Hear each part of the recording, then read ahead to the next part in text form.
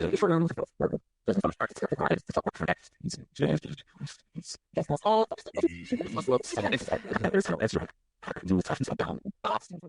caught yourself wondering, am I a bit?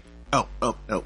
Am I a witch? Maybe it's a quiet whisper or a loud, undeniable pull. But you're not alone. For centuries, the figure of the witch has captivated, inspired, and sometimes terrified us. If you felt drawn to this path, today's episode will help you uncover what it means to walk it. Hola witches, witchlings, hexlings, but never fucking baby witch. Alright. And everyone else curious about the craft, hello, welcome. I'm your host, Michael Blackthorn, and welcome to Not Every Witch. Yeah, that's it. Let's go. Oh my god, I'm tired, y'all. Today we're diving into the question that starts it all. Am I a witch? We'll explore some, but not all, of the historical roots. We're surface leveling this shit today just to start a conversation. So I encourage everyone to dig deeper, do your research, have fun with it, yada, yada, yada. So yes, not all of the historical roots, but some of the witch. From the demonized figures of the Malleus Maleficarum to the nature-loving practitioners of folklore and everything in between. And we're going to uncover how these archetypes inform our modern understanding. Most importantly, we'll discuss how identifying as a witch isn't about fitting into a mold. It's about what you do. It's about who you are. It's about how you carry yourself, you know? The energy you work with and the life you choose to craft. Alright, my friends, so let's set the stage. Throughout history, witches have been imagined as everything from terrifying spellcasters to wise healers. These archetypes, while captivating, have both perpetuated myths that cloud the modern understanding of witchcraft and empowered those who choose to embrace the mantle of witch. So like, I've always been drawn to the witch, the story of the witch, always. Like, all of these people around me, I was raised Pentecostal, my friends, or tried to. And people would be so scared of the witch and the devil. And I was like, I wasn't. That was my thing. That was what spoke to me. And for me, the witch has always been a symbol of empowerment, even in their most like terrifying forms, where people are talking stories about how evil this witch is. And I would understand what they were saying about, oh, how evil this person is or this witch is, but I would never see the witch as evil. I would always be like, bitch must have deserved that, you know? Yeah. So it's interesting to note, though, that our perception, like for us as witch, like that's empowering to me. To know that this individual, this magical creature, this being, this hag, has such influence over peons, right? Has such influence over all of these fucking men who are just terrified of her. And use so many different things to hate women, and they're so terrified.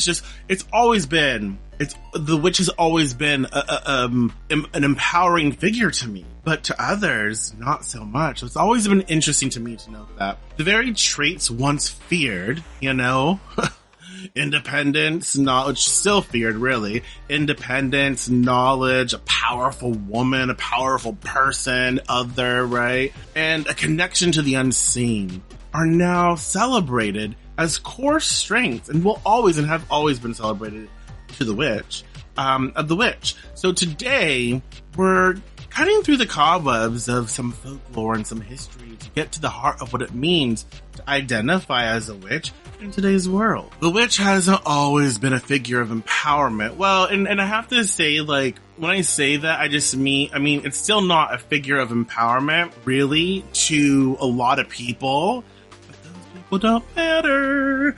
But it's always been a figure of empowerment for me. So Anyways, mainstream, I guess, it's not always been a figure of empowerment. Ages ago, the infamous Malleus Maleficarum, the Hammer of Witches, painted witches as agents of chaos. Like that's a bad thing. Heretics, like that's a bad thing. And scapegoats, they use witches as scapegoats for society's woe, never taking accountability. It was less about actual magic and witchcraft and more about control, targeting women, the marginalized, and those who didn't conform to societal norms. If you were too independent, too knowledgeable about herbs, or too much of a healer, you could be accused of witchcraft. But if we dig deeper into folklore, we find a more nuanced view of the witch. In these tales, witches appear as liminal figures straddling a broom. Straddling the line between the natural and supernatural, offering guidance, protection, or sometimes a little mischief, because that's fun. You gotta live a little. They're the cunning folk, the ones you sought out when life demanded a touch of magic, or when you needed someone to curse your neighbor's crops, because let's be honest. Let's fucking be honest. There's always a goddamn neighbor worth cursing in those stories. Shit. We already know. Let's not lie. Let's not lie about it. Let's not pretend, okay?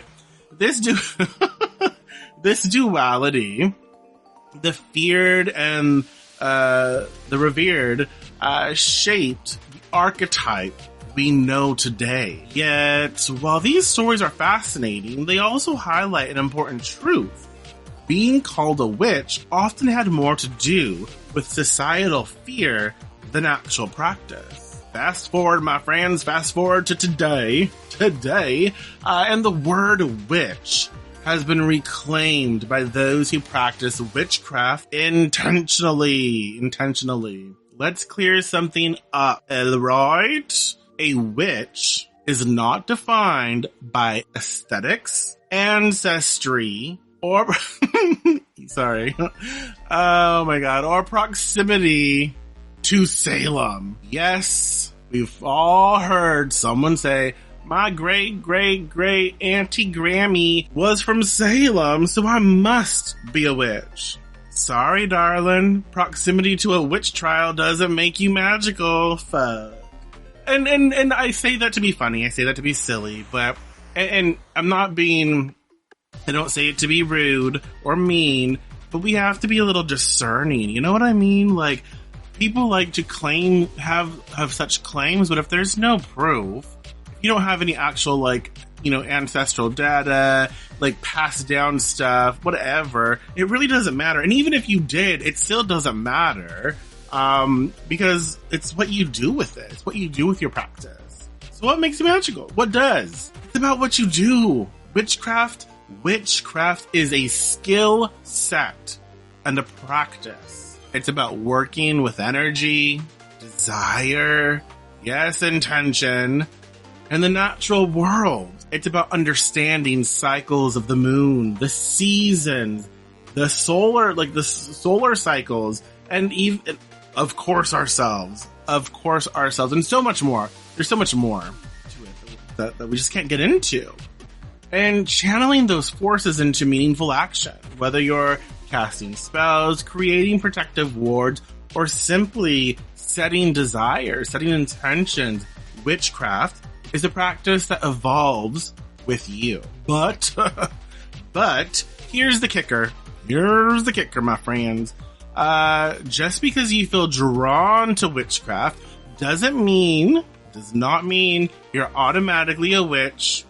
Okay? I'm also gonna say it too, like, I mean, no disrespect. I don't think witchcraft is for everyone. I don't think everyone can be a witch. But it's not my place to tell you who you are. Does that make sense? And so it's like, and just like not, I don't feel like everyone can be a doctor. Like, I just don't. I don't. But those who choose to be, sometimes those who choose to be really shouldn't.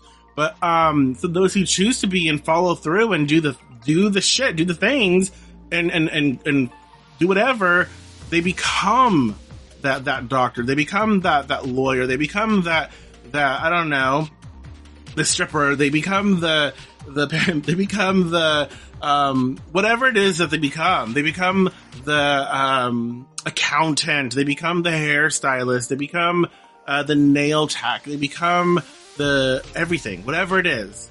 When people put their minds to it, when they follow their heart, their calling, whatever they feel like they want to do, and they put in the work and they do the work and they become it. Okay? Not everyone wants to be all those things, any of those things, some of those things. So again, when I say like witchcraft is not for everybody and not everyone is or can be a witch, I say it with that in mind. Okay? Yeah. It's the practice, the doing that makes it so. You don't need a storied lineage or a broomstick collection to claim this identity. You need curiosity. You need wildness, a little, that little chaos in you, intention, and the willingness to learn. So let's talk about discernment for a moment, okay? Just because you've got a family member from Salem, and yes, I'm picking on Salem, I am, because you know what I mean. A penchant for wearing black, or a cat who stares at you ominously, doesn't mean you're a witch. Just because even if you have like psychic senses or some nudges, it again doesn't mean you're a witch. It doesn't mean you're not a witch. It also doesn't mean you are a witch. So these things may hint at a deeper connection, but again, witchcraft is more than signs and symbols. It's a conscious choice to engage with magic, with witchcraft. It's also essential to separate the romanticized versions of witchcraft from reality. Not every witch lives in a secluded cottage surrounded by herbs and a murder of crows. Although I would love to. That's so fun. That would be so fun. And not every witch wakes up with a premonition about their ex's bad choices. A witch is someone who chooses to engage with witchcraft intentionally and responsibly. Responsibly is something that they get to decide what that means for themselves. Someone who understands that the practice is both a privilege and a responsibility. And again, something that they have to discern for themselves what it means to be, what that means to them. And so I think that we have to really, really, really be discerning. There are people who like to say that they're witches, and again, whatever, do your thing, whatever. I'm just talking about what I'm talking about because I can, because I want to, because it was asked of me. But, yeah, some people are like, well, my grandma was burned in Salem. I'm like, really burned? You sure burned? Not hung, not drowned, not stoned, but burned. Okay. But, don't get me started. But, okay, that's cool. You are the descendant of a witch who, or of a person who lived in Salem. Cool, my friend. What are you doing about it? And that's the thing too, and I'm not trying to be rude in this, I really am not trying to be rude, period. But like, you can claim and say all you want, but if you don't research, you don't study, you don't practice, you don't do anything, you just think that because you are tied to someone who may or may not have been witch, you are witch. It's not how it works. I've met some very ignorant people recently who like to express how special they are and their skill sets and how, they practice their own form of witchcraft and their spirits only tell them this or that, and they don't read books and they don't listen to authors and they don't discern anything. They just whatever. There's nothing to what they're doing that is even witchcraft other than the fact that they're lighting a candle. You know what I mean? And so it's like, you don't have to believe everything an author or writer, folklore, all of that. You don't have to believe everything, but I think it's important to be educated. I think it's important to understand that education is key. Anywho, I'm losing my train of thought or my track. So how do you know if you're a witch? You start with what draws you in. Is it the pull of nature? the need to understand the mysteries of life, the desire to create, transform, or heal? Do you have dreams? Are you being called by the devil? And I say that seriously because, I don't necessarily mean the Christian devil, but the witch's devil. Are you having any sort of experiences in your life that other things are not answering, and you feel that witchcraft might be for you? You have to ask yourself all of those questions. There's a reason, you know what I mean, that you're asking if you're a witch or not. So what are those things? Write them out. Explore these questions and take the time to read, experiment, and feel your way through this path. Research, read books. Don't just read book by one author. And if someone tells you that this author is problematic, do your research. There are some books that people say, "Oh my God, I just love so much," but they're very turfy. They're very hateful. Some of the words are hateful, but also like the person who wrote them, ignorant, hateful, transphobic, problematic. Don't support that shit. But you have to also be very discerning, because sometimes people are like, I just don't like that person. I don't like who they are. I don't know anything about them, or I listen to lies about them based on what other people have said. There's no facts. But I don't like them. So I'm going to tell you not to read their stuff. I think that it's very, very important for us to read banned books. It's very important for us to get a view of the craft from various sources, not just one person, but many. And just start digesting all of that information and come to your own kind of like conclusion. But yeah, it's a time to take the time to read and experiment and feel your way through the path of the witch. The answer lies not in where you come from, but in what you choose to do with what's calling you. Remember, being a witch isn't about fitting into someone else's mold. It's about discovering your unique connection to the craft. Every witch's path is different. And that's part of the magic. I think it's fun too. Like honestly, we might have several traditional witches, several fairy witches, several, elemental witches, several witches who love like astro witches, several solar witches, whatever. All the witches in one space, and we're all different. We all practice different. We all attune differently. I'm sure we might have some similarities, but it's really cool because our sort of personal gnosis comes into play when we're casting and we're picking up on energies, and we also have to personal gnosis should be documented and verified as best as we can, and always understand there's a margin of error. There's always a room for that. And it's okay. We have to acknowledge that. But we're all different. We all practice differently. And that's a beautiful thing. That's a beautiful thing. The witch has always been a figure of empowerment for those of us called to the path. But for outsiders, and let's be honest, even to this day, like we've said earlier, the witch is often perceived through a lens of fear, misunderstanding, and projection. The divide is stark for witches. The archetype embodies liberation, wisdom, and connection. Also, like, the idea of the witch is in control of their own fate, of their own destiny, or of their own willpower, right? And not tethered to some man, to some religious figures in one's religion, whatever. The witch does what the witch does as they see fit. And so it's like, that's something that scares people because you can't control them. So yeah, for others, so it is an archetype that embodies liberation, wisdom, connection, power. And for others, it's a figure to control, to vilify, and to scapegoat. I will say, like, I need to be clear here, and it's a very nuanced, everything is nuanced. There is no right way to be a witch. However, just because there is not necessarily a right way doesn't mean there are no wrong ways.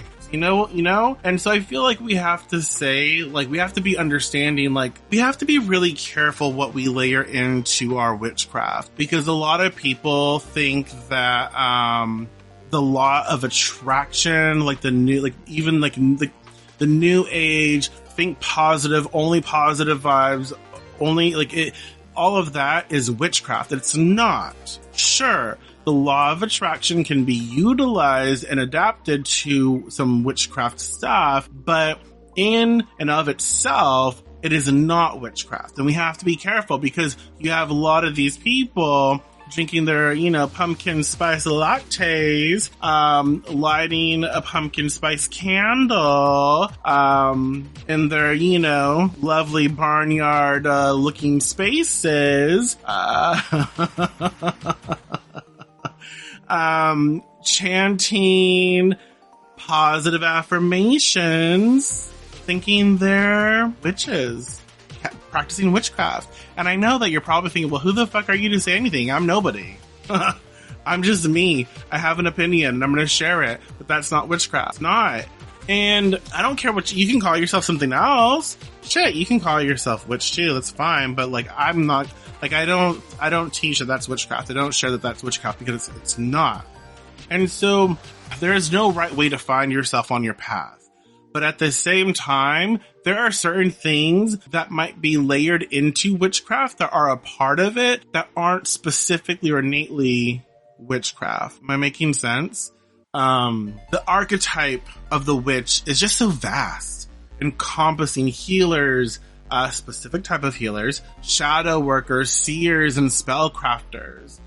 Again, all of these individuals, while they have their different specialties, they are also practicing witchcraft. It's about finding the space where your essence aligns within the craft. So you're a kitchen witch, a storm witch, or a cosmic spell weaver. The magic lies in your authenticity. Witchcraft isn't about perfection or meeting some external standard. It's about becoming. It's a process of uncovering parts of yourself that resonate with the archetype, nurturing them and stepping into the power that's always been waiting for you. Again, the whole podcast is about, how do I know if I'm a witch? Let's kind of start breaking down one of the most, frequently asked questions we just talked about, how to know if you are a witch. Spoiler alert, it's not about having a black cat, though they're delightful company. Sometimes they're assholes. Or having ancestors who may or may not have danced under a full moon. That doesn't make you a witch. Even if you had a recent time, like mother, grandmother who was a witch, it doesn't necessarily make you a witch, right? Just because they were. Sure, I do believe in the passing of power. I do believe in the transference of things. I do believe in skill sets that might get, passed down. So I do hold space for that. But again, even if you picked up skill sets and you haven't psychic skill, mediumship, it doesn't innately mean, hey, you're a witch. Key questions to ask yourself. Knowing if you're a witch isn't about, again, external validation. So fuck me, who the fuck am I? And don't care. But also I'm just kind of talking about it to give you some insight. So if you want to try things out, you can. And don't worry about anyone else telling you who you are, who you aren't. Again, even if I say that's not witchcraft to me, I don't think that's right. Let's separate that. That's just my opinion. You know what I mean? It's an inner knowing, a calling that resonates deep in your core. Here are some questions to guide your self-discovery. Are you drawn to nature and this is just like some basic stuff, like general stuff. Are you drawn to nature or the mystical? Do you feel alive in the woods, energized by storms, or calmed by the oceans? But if you're a city witch, like urban witch, do you feel alive in the city and energized by that chaos? So you have to kind of ask yourself different questions. It's not always about nature, but are you in tune with that vibe, that energy, and you feel like that spirit of a city or of a town, of nature, of traffic, whatever it is. But witches often feel connected to the natural world and its rhythms. It's about feeling at home in the embrace of the elements. So for those who are like city witches and all of that, you have to consider that it's not just about, oh, I don't feel connected to nature. Well, maybe you didn't grow up around nature. Maybe that's not what like ignites the soul. You would still have some connection there, but like you have to also ask yourself in context with what your surroundings, your atmosphere actually is. Okay. So just because you might not feel drawn to nature, doesn't mean that you're not a witch. Ask yourself, like, did you grow up in the city? Do you, or even if you didn't grow up in the city, like, is it important to you? Do you feel most alive there? So yeah, you have to be so discerning with this. And these are just things to kind of guide our way to find out if something's for us or not. It's not the end all be all though. Do you feel called to create or transform? Which is by far are creators. Whether it's a spell, a ritual, or a beautifully set table, let's be honest, we are drawn to take raw materials, be they herbs, energy, even like intention, and weave them into something greater. So, that's something to be mindful of. Do you feel called to create or transform? Are you someone who likes to take something, like you have this desire and you know that you can put it into action, like you can make it happen, and like maybe you pray for it or you wish for it and it happens, or you set a candle out and you're like, I'm gonna make it happen, and you do. Like, do you have that natural desire to create and transform and take control of your life and your reality? That's something to consider. Are you curious about energy and the unseen? Have you ever felt compelled to explore tarot, astrology, or dream interpretation, herbal magic? Do you find yourself drawn to the idea of working with the unseen forces? These are often signs of a witch's inclination. So, like, being open to reading tarot, the runes, skipper cards, all kinds of cartomancy, astrology, witchcraft, Wicca, working with different spirits and ancestors. Do you have like this inclination for something that is not of an Abrahamic faith? It might mean that witchcraft could be for you. Do you feel a deep pull toward autonomy and empowerment? Witches are rebels at heart. Absolutely rebels. There's a defiant beauty in claiming your own power, walking your path in your own authenticity, and shaping your destiny. Finding that I think there's like this rawness, there's this like, this chaotic, like wildling type of energy, when you step into the path, when you feel called to the path of the witch, and you're like, this is me, this is who I am, this is what I want. Right? You're not going to tell me, I'm going to fight for who I am. We're going to stand up and you're not going to dictate to me how I live.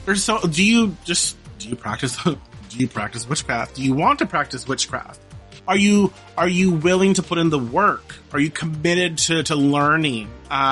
Because that's really the most important thing. Like, are you committed to learning? Are you open to changing? I think that's something that's huge that we should talk about as well a little bit, just touch on, is when you step on the path of the witch, you will forever be transformed.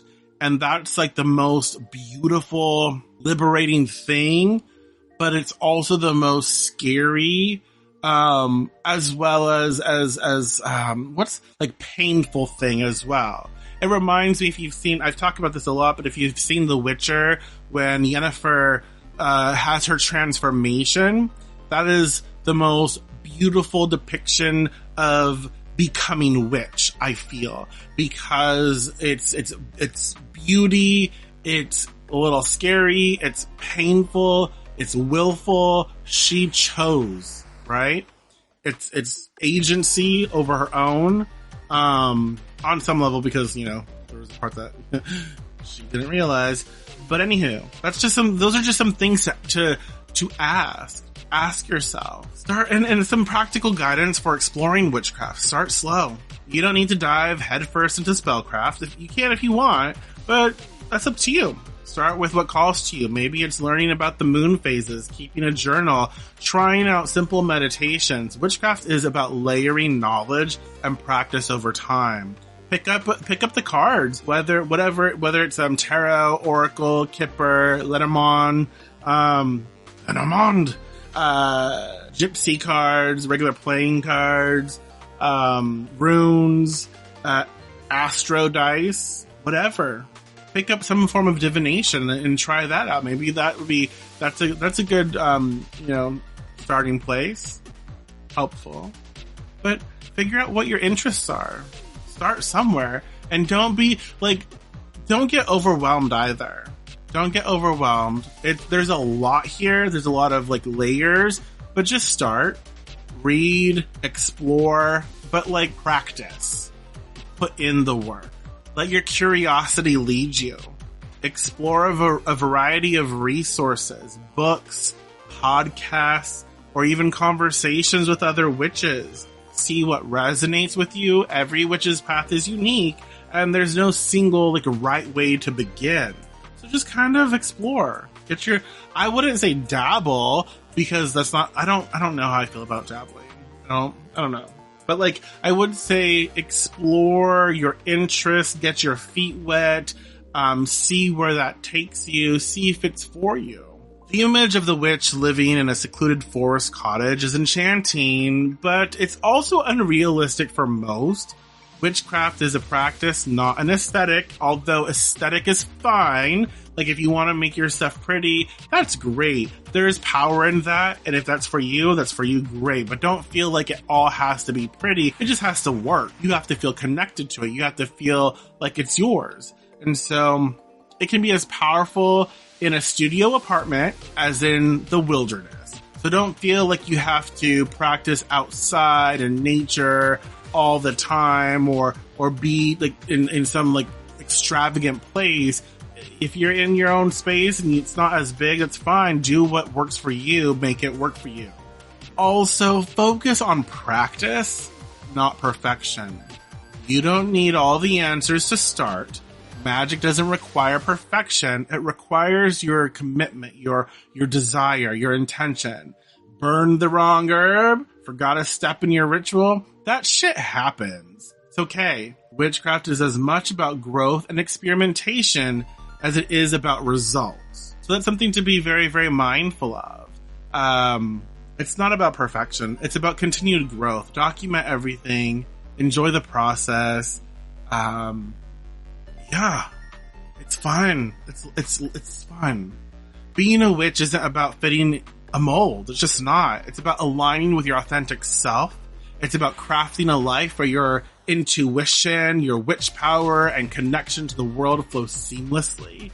Embrace the journey, trust your instincts, and remember, every witch, at some point, was just someone asking themselves, am I a witch? And if you have any questions, this would be a good time to say, if you have any questions, join me on Discord at Not Every Witch Discord, and ask your questions. I am happy to help. I'm happy to share what I know. I don't know everything, but I'm happy to help you. I'm happy to share with you if I can. So join us. Join us. Oh my god. So let's cut through the mystique and talk about what truly makes a witch. What truly makes a witch. It's not just about lighting candles or having a spooky aesthetic. At its core, witchcraft is a practice. I keep saying it and I'll keep reiterating it. It's a practice that requires dedication, sacrifice, exploration, and desire, lust, intention. At its heart, being a witch is about choosing to engage in the craft. It's not about birthright, trauma, or external validation. Witchcraft isn't something bestowed upon you, unless it is. It's something you claim for yourself. I feel like we also need to say, I put a post up perfectly, and I don't remember what it said exactly, but witchcraft has always, will always be the practice, the craft of the oppressed, the marginalized. It will always be, because that is where it originated. And we have to give its flowers. We have to understand that there are certain people who will practice witchcraft that practice from a very, very privileged space, but as long as we are aware and acknowledge our own various privileges, that is fine. But we always stand in line with the oppressed, the marginalized. We are anti-racist.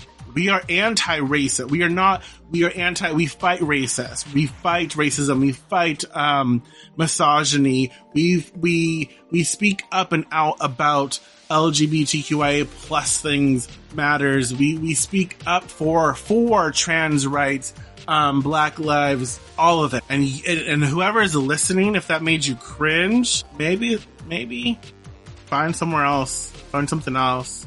Because at its core, that is what witchcraft is about. Fighting for women's rights, fighting for the marginalized, fighting for the oppressed, fighting for that vibe, that energy.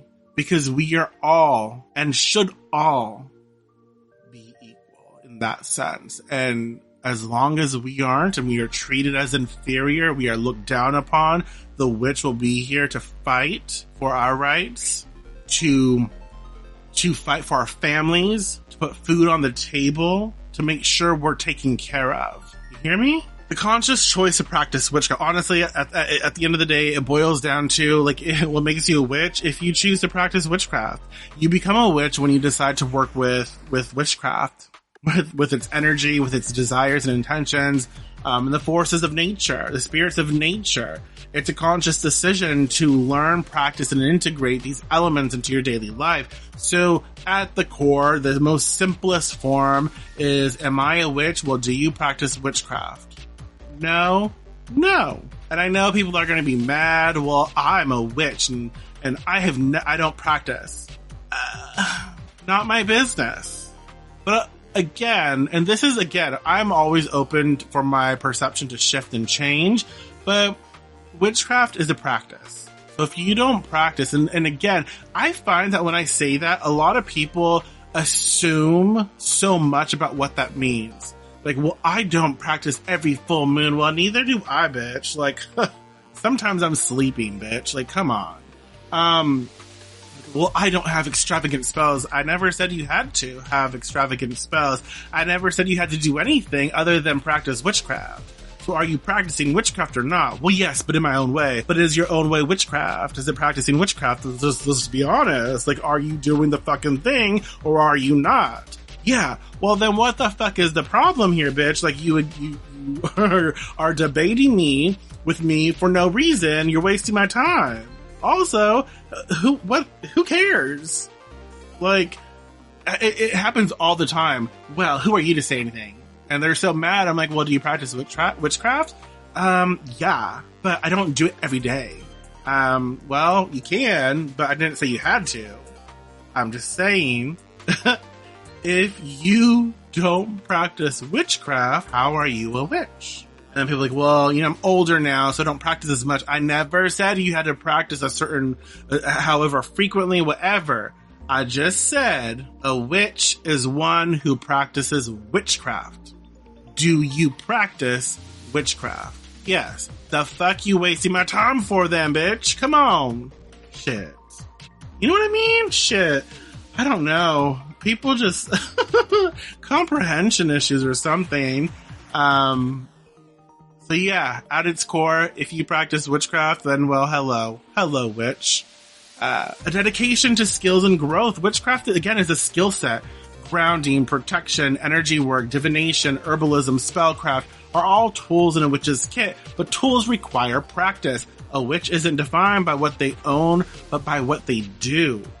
So, like, what are your skills as witch? Hone those and perfect those and get some others if you want. The understanding that witchcraft evolves with you. Your practice will grow and change as you do. Today's curious beginner becomes tomorrow's adept. The key is to keep learning, questioning, and deepening your connection to the craft, okay? Hello. Shit. Okay, so some common, myths debunked. You don't need to be born into a witch family. Sure, it's lovely if your great-grandmother passed down a grimoire, but that's not a requirement.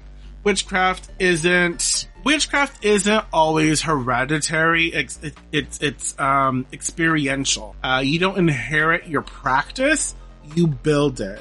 You might inherit some skills or some other things, or you might, because again, you're raised in an environment where that is possible. So you might be given access to things early on, which is great, but you're not a witch until you claim it. So like, there, you don't have to be born into a witch family. Trauma isn't a prerequisite, but like we all have our own trauma. So there we go. Anyway, so while many witches are drawn to the craft through transformative life experiences, you don't need a tragic backstory to practice witchcraft. It's for anyone who feels the call regardless of their life circumstances. And curiosity alone doesn't make you a witch. Oh my god, I've run into so many who fall into this. So being intrigued by witchcraft is wonderful, but the leap from interest to practice is what makes the difference. Curiosity is the spark, but witchcraft is the fire you keep stoking. Yeah. So just because you love witches, you love reading stories about witches, you collect, shit, it doesn't make you a witch. You're not practicing. Get it? So, I'm just a witch at heart. Okay, hon, but you're not practicing, so no. Oh my god, I hope y'all don't. I hope y'all don't, throw fire at me for this. Please remember, these are just my thoughts and opinions currently. Everything is subject to change. And I mean no ill will here. Vibes aren't the same as practice. Okay? And what I mean by that is having a witchy aesthetic doesn't make you a witch. Witchcraft is an action. It's what you do, how you engage with the world, and how you work with the energy. Dressing the part is fun, whatever that means, however that looks to you, but it's not the essence of the craft. So witchcraft, again, isn't about fitting into a box. It's about creating one that fits you. It's a conscious decision to step into a role that requires both power and responsibility. It's knowing that what you put out into the world matters energetically, magically, and personally. Witchcraft is not about what you call yourself. It's about what you do. It's the rituals you create, the energy you work with, and the way you engage with the world. Whether you're just beginning or you've been practicing for decades, the essence of witchcraft lies in the doing. It's so important to just be mindful of that. I've talked long enough about this, but it is so important to be mindful of that. I hope that this can bring you some insight. I mean, you can utilize it, but at the end of the day, a witch is a witch because they practice their craft, because they claim it, because they've had experiences that brought them to where they are currently. So don't ever let anyone, even me, tell you who you are and who you aren't. But I hope, again, if you're questioning, am I a witch? Welcome. Answer the questions. What did you think of the podcast so far? How do you feel? And then listen to other episodes of the podcast. Go check out other people's podcasts. Read books and join the Discord and ask your questions. I'm happy to help you. I'm happy to answer anything I can or give you resources where you can find the answers to. But you're not alone. You're not alone. And we're all different and we can celebrate that. But just remember that if you're like a MAGA witch, you're not welcome. You're not welcome. If you're a MAGA witch, if you're a red witch in that sense, if you stand with the oppressors, you are not a witch. And not welcome in this space. This space is a safe space for all of us who are in line with marginalized communities. And, yeah. So, you already know. It's time for one of our favorite segments, alright, where we call on our beloved elder witch bitch to offer no-nonsense advice with a side of, sass. So, welcome y'all to... Save me, Rosemary. Dear Rosemary, Is there anything specific I can place in my office, at work, to keep negativity away and maintain good vibes, focus, and positive energy? I just need... Well, good morning to you, Office Enchantress. First of all, let's address the obvious. Your office space is sacred ground. Whether you're slaying spreadsheets, handling customers, or plotting your next big move, that space needs to be fortified like a magical fortress. Here's what you do. Start with black tourmaline or black obsidian, 2 powerhouse crystals for warding off negativity. Place one near the entrance to your office or desk. It's like setting up an energetic bouncer to keep the bad vibes out. If someone's got ill intentions or sour fucking energy, trust me, they'll think twice before lingering. For focus and clarity, grab a piece of fluorite. This gem is the study buddy you never knew you needed. It sharpens the mind, helps you focus, and keeps your thoughts organized. Pop it on your desk and let it be your ally for staying on task. If you want to raise the vibes, add a little citrine to the mix. It's the crystal equivalent of a sunny day. It radiates positivity and attracts abundance.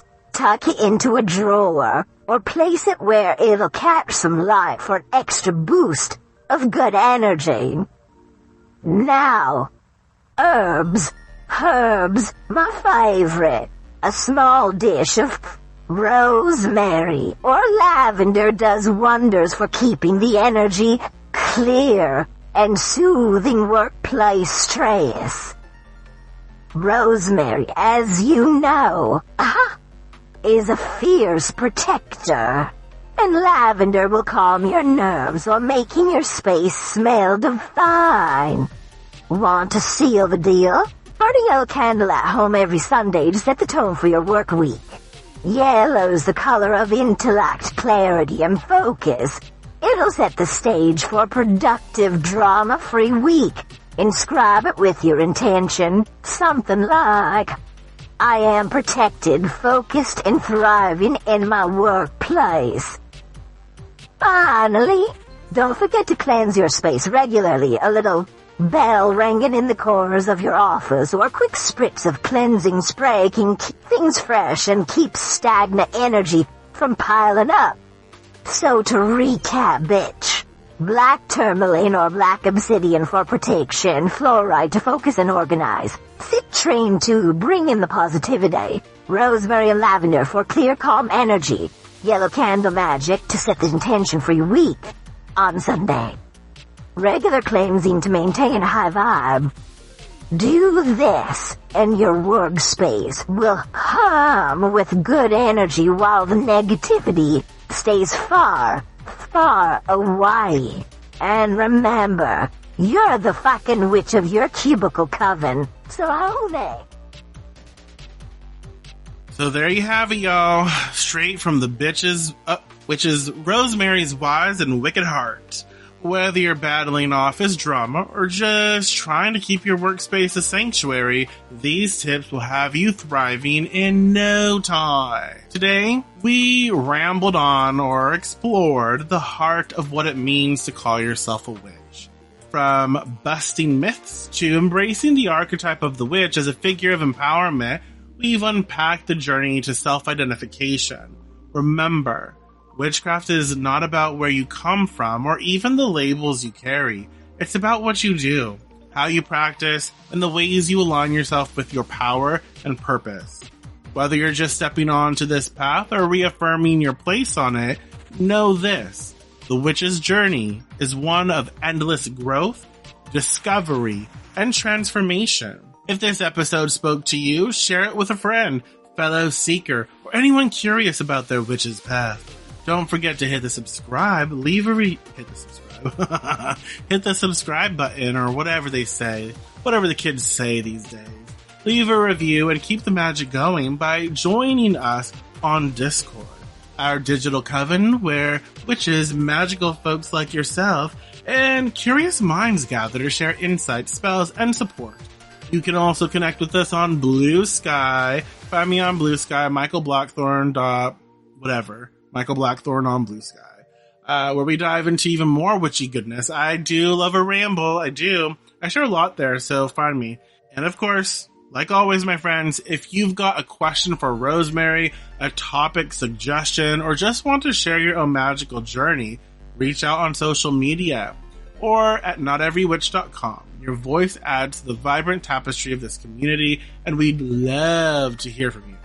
Really, truly, one of the best places is to just join our Discord and chat us up there. So until next time, my friends, keep learning, keep practicing, and above all, honor the witch within. I'll talk to you next week. Okay, bye.